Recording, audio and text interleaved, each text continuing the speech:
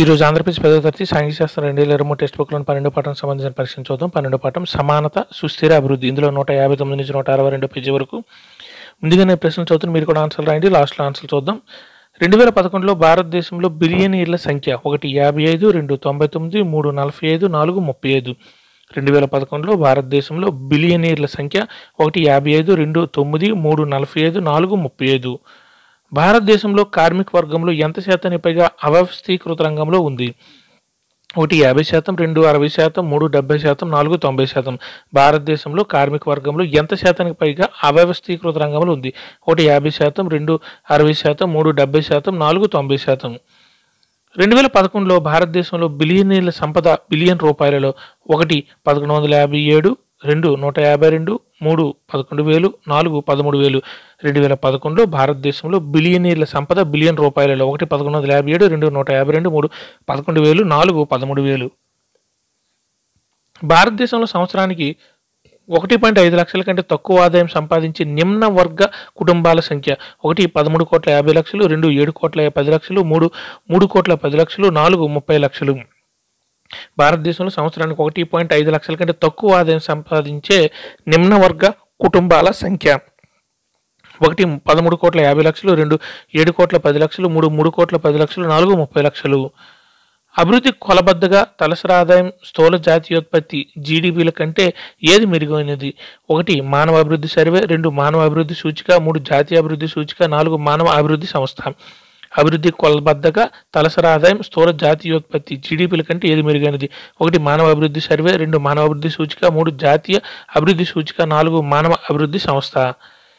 HDI విస్తరింపు 1 human development institute, 2 honour development index, 3 human development index, 4 honour development institute. HDI విస్తరింపు 1 human development institute, 2 honour development index, 3 human development index, 4 honour development institute.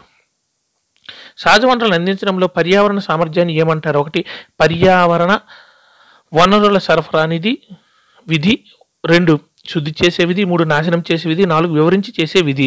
సహజ వనరులను అందించడంలో పర్యావరణ సామర్థ్యాన్ని ఏమంటారు? 1 పర్యావరణ వనరుల సరఫరా విధి, 2 శుద్ధి చేసే విధి, 3 నాశనం చేసే విధి, 4 వివరించి చేసే విధి. లోపల నుంచి తోడటానికి ముందుగా నీళ్లు లోపలికి ఇంకాలి కదా, దీనిని ఏమని అంటారు?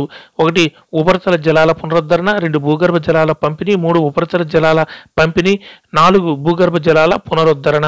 లోపల నుంచి తోడుకోవడానికి ముందుగా నీళ్లు లోపలికి ఇంకాలి కదా, దీనిని ఏమంటారు? 1 ఉపరితల జలాల పునరుద్ధరణ, 2 భూగర్భ జలాల పంపిణీ, 3 ఉపరితల జలాల పంపిణీ, 4 భూగర్భ జలాల పునరుద్ధరణ.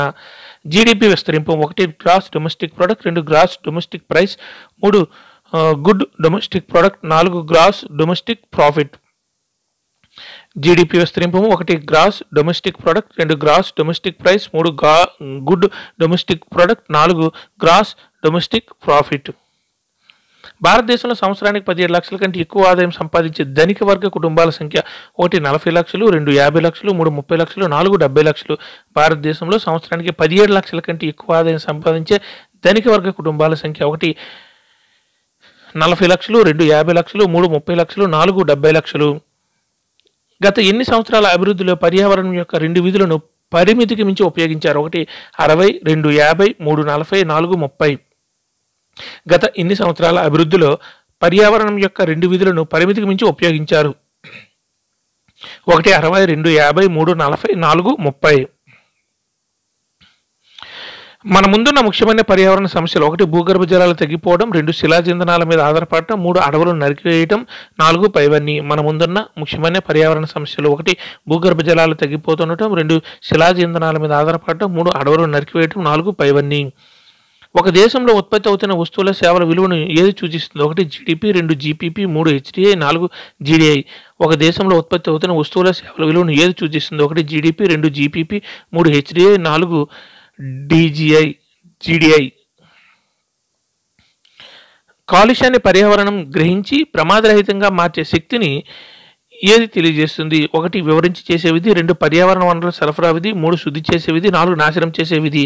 కాలుష్యాన్ని పర్యావరణం గ్రహించి ప్రమాదరహితంగా మార్చే శక్తిని ఏది తెలియజేస్తుంది? 1 వివరించి చేసే విధి, 2 పర్యావరణ వనరుల సరఫరా విధి, 3 శుద్ధి చేసే విధి, 4 నాశనం చేసే విధి. 1996లో భారతదేశంలో బిలియనీర్ల సంపద బిలియన్ రూపాయలలో 1,1157, 2,212, 3, 1,300, 4, 11,000.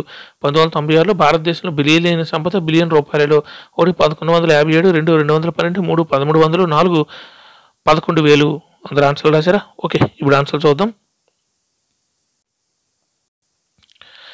2011లో భారతదేశంలో బిలియనీర్ల సంఖ్య కరెక్ట్ ఆన్సర్ 1, 55 మంది. 2011లో భారతదేశంలో బిలియనీర్ల సంఖ్య 55 మంది, కరెక్ట్ ఆన్సర్ 1.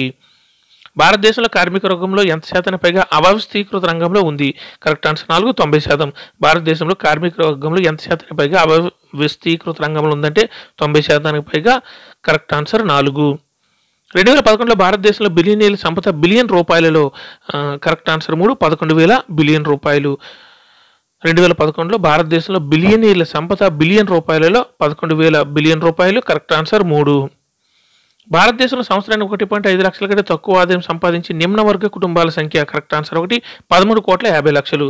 భారతదేశంలో సంవత్సరానికి 1.5 లక్షల కంటే తక్కువ ఆదాయం సంపాదించే ఇందులో 1.5 లక్షల కంటే తక్కువ ఆదాయం సంపాదించేవారు నిమ్న వర్గ కుటుంబాల కేటగిరీ కిందకు వస్తారు. అటువంటి వారు మన భారతదేశంలో ఎంతమంది ఉన్నారంటే 13,50,00,000 మంది.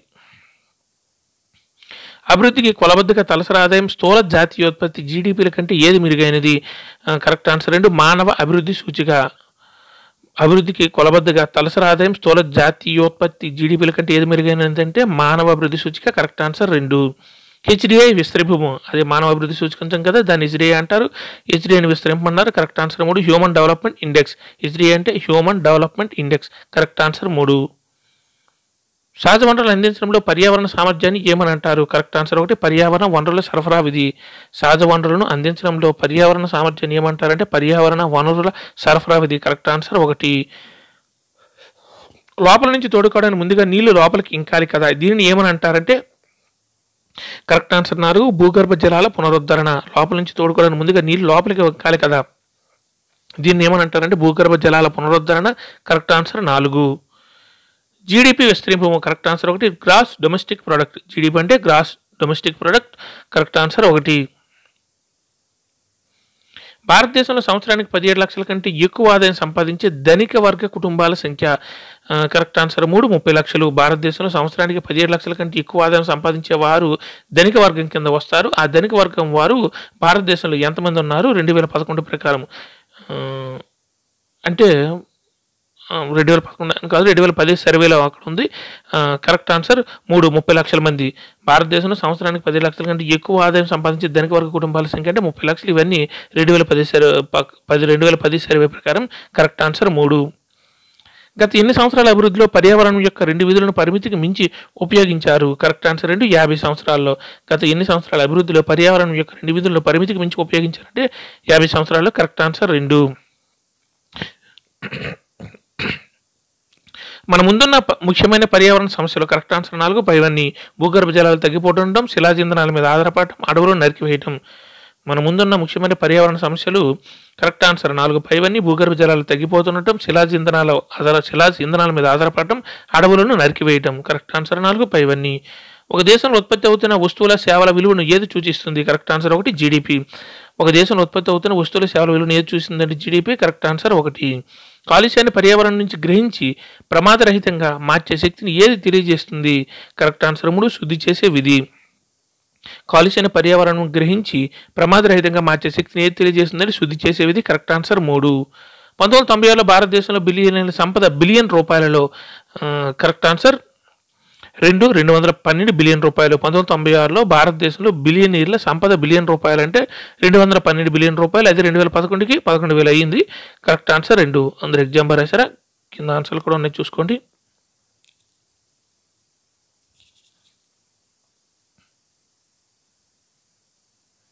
Thank you.